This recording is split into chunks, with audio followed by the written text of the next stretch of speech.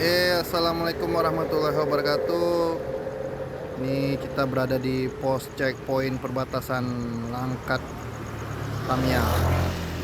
Di ini sudah dilakukan personil untuk penebalan untuk kegiatan checkpoint bagi hewan-hewan ternak yang masuk dan keluar Aceh Tamiang.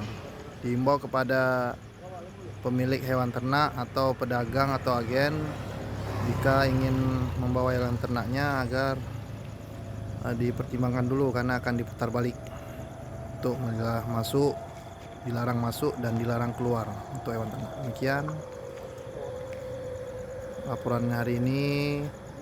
Tetap semangat dan selalu waspada PMK, penyakit mulut dan kuku bagi hewan ternak. Demikian, assalamualaikum warahmatullahi wabarakatuh.